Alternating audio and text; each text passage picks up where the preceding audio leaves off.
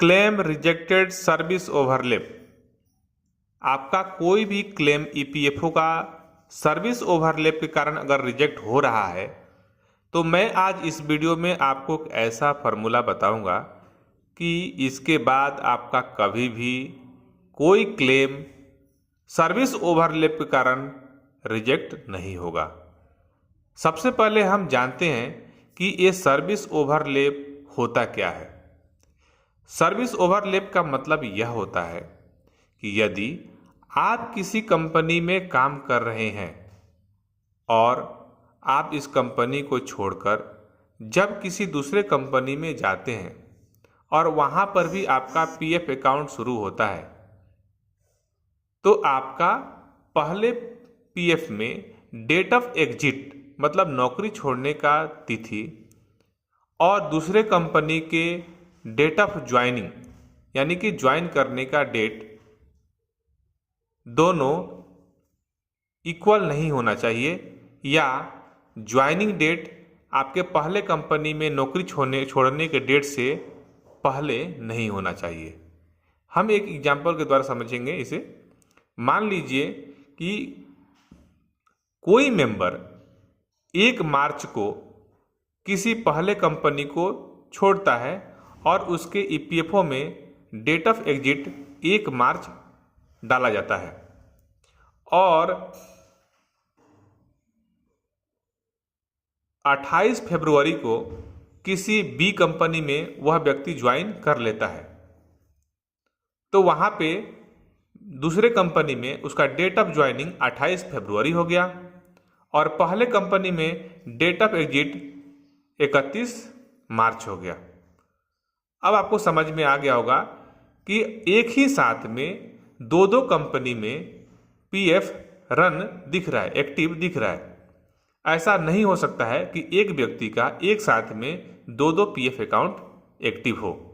ऐसे कंडीशन में जब कभी भी आप नए पीएफ से पैसा विड्रॉल के लिए या पुराने पीएफ से पैसा विड्रॉल के लिए, एडवांस के लिए या किसी भी प्रकार के विड्रॉल के लिए आप जब अप्लाई करते हैं तो वहाँ पे आपका क्लेम रिजेक्ट कर दिया जाता है और आपको उसका रीजन बताया जाता है कि सर्विस ओवरलैप के कारण आपका क्लेम रिजेक्ट किया जाता है। ये तो हो गया जेन्युइन कारण। दूसरा कारण जो होता है कि मान लिया जाए कि आप किसी कंपनी में काम कर रहे हैं और आपने कंपनी में रिजाइन दे दिया। रिजाइन देने के बाद आप 1 महीना नोटिस पीरियड में काम नहीं किया। आपको 1 महीना, किसी को 2 महीना, किसी को 3 महीना, अलग अलग आदमी का अलग अलग कंपनी में नोटिस पीरियड का एक टाइम होता है। उस टाइम के दौरान वह सर्विस नहीं किया और वहां से नौकरी छोड़ने के तुरंत बाद किसी कंपनी में जाकर ज्वाइन कर लिया। तो ज्वाइन करने के बाद क्या होता है कि पुराना कंपनी आपके पीएफ को एक्टिव रखता है। तब तक एक्टिव रखता है जब तक कि आपका फुल एंड फाइनल सेटलमेंट ना हो जाए। जैसे ही आपके पीएफ का फुल एंड फाइनल सेटलमेंट होता है वैसे ही आपका डेट ऑफ एग्जिट पुराने कंपनी के द्वारा डाल दिया जाता है या आप खुद से भी कई बार ऑनलाइन यूएन मेंबर पोर्टल में जाकर अपना डेट ऑफ एग्जिट पुराने कंपनी के पीएफ रिकॉर्ड में अपडेट कर देते हैं। अब आप उसी दौरान नए कंपनी में भी आप काम कर रहे होते हैं। आप इस चीज को भूल जाते हैं कि मैंने पुराने कंपनी का डेट ऑफ एग्जिट नए कंपनी के डेट ऑफ ज्वाइनिंग के बाद नहीं डालना है, उसके पहले डालना है। आप इस चीज को भूल जाते हैं और डेट ऑफ एग्जिट आप क्या कर देते हैं, बाद में डाल देते हैं। ऐसे में भी प्रॉब्लम आ जाता है सर्विस ओवरलैप का। कई कंपनियां यह भी करती हैं कि आपके कई बार रिक्वेस्ट डालने के बावजूद आपका पीएफ को एक्टिव रखती हैं और आपके पीएफ में जीरो अमाउंट ऐसे डालते रहती हैं।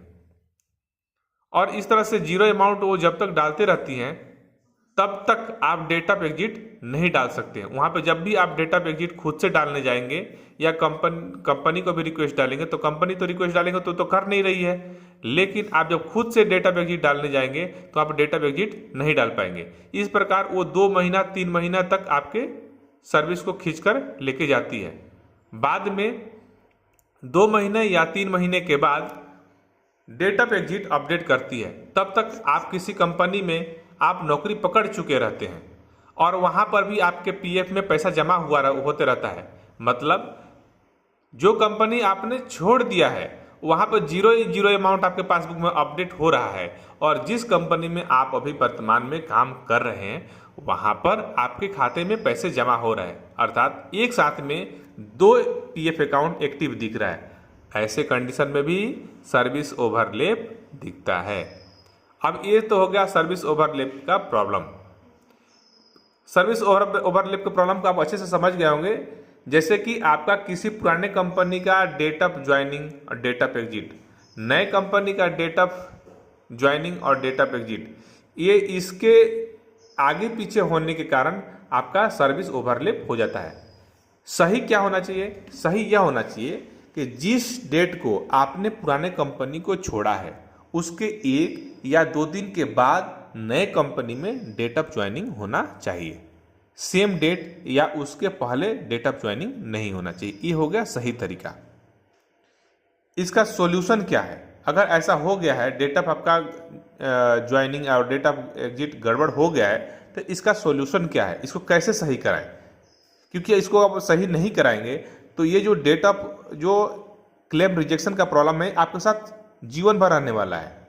ये सर्विस ओवरलैप का प्रॉब्लम हमेशा रहेगा, तो इसको सही कराना पड़ेगा। सही कैसे कराएंगे? कि यदि पुराना कंपनी आपका डेट ऑफ एग्जिट गलत डाला है, गलत अपडेट किया है, तो आपको ऑनलाइन डिक्लेरेशन फॉर्म भर के या ऑफलाइन डिक्लेरेशन फॉर्म भर के आपको पुराने कंपनी में आपका रिजाइन लेटर अटैचमेंट करके उस कंपनी में भेजना होगा कि सर मैंने पुराने कंपनी में कि मैंने इस डेट को आपका कंपनी में जॉब छोड़ चुका था और आपने मेरे पीएफ रिकॉर्ड में यह गलत डेट ऑफ एग्जिट अपडेट किया है, इसे सुधार किया जाए। अगर आपने ऑनलाइन रिक्वेस्ट डाला है तो उसको आपके लेटर मिलते ही पुराना कंपनी उसको अपडेट कर देगी।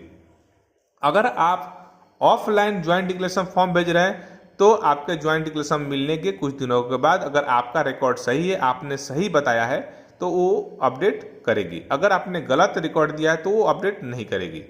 अगर मान लिया जाए कि आपका डेट ऑफ एग्जिट उसने सही डाला है लेकिन नए कंपनी ने आपका डेट ऑफ ज्वाइनिंग गलत डाल दिया, डालना चाहिए फरवरी तो डाल दिया उसने जनवरी, गलत, तो आपको आपके वर्तमान कंपनी में के एचआर डिपार्टमेंट से कम्युनिकेट करके बातचीत करके इस डेट ऑफ ज्वाइनिंग को सही कराना चाहिए।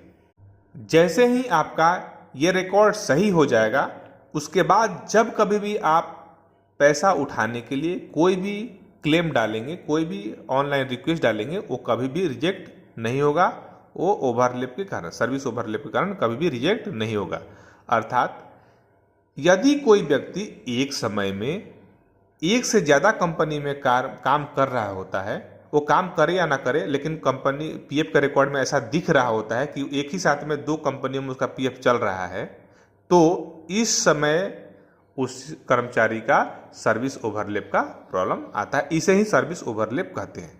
मतलब जब तक पुराने कंपनी में पीएफ बंद ना हो, नए कंपनी में पीएफ चालू नहीं होना चाहिए। अगर हो गया है तो ये आपके साथ जिंदगी भर प्रॉब्लम आने वाला है। वो चाहे आप पेंशन का पैसा उठाने के लिए अप्लाई कीजिए या पीएफ का पैसा उठाने के लिए अप्लाई कीजिए या आपके पीएफ के पैसे को ट्रांसफर करने के लिए बात कीजिए, आपके साथ सर्विस ओवरलैप का प्रॉब्लम आएगा ही आएगा। आशा करता हूं यह वीडियो आप लोगों को समझ में आई होगी। अगर समझ में आई है तो प्लीज़ वीडियो को लाइक कर दीजिए और चैनल पे पहली बार आप वीडियो देख रहे हैं तो प्लीज़ चैनल को सब्सक्राइब अवश्य करें। धन्यवाद।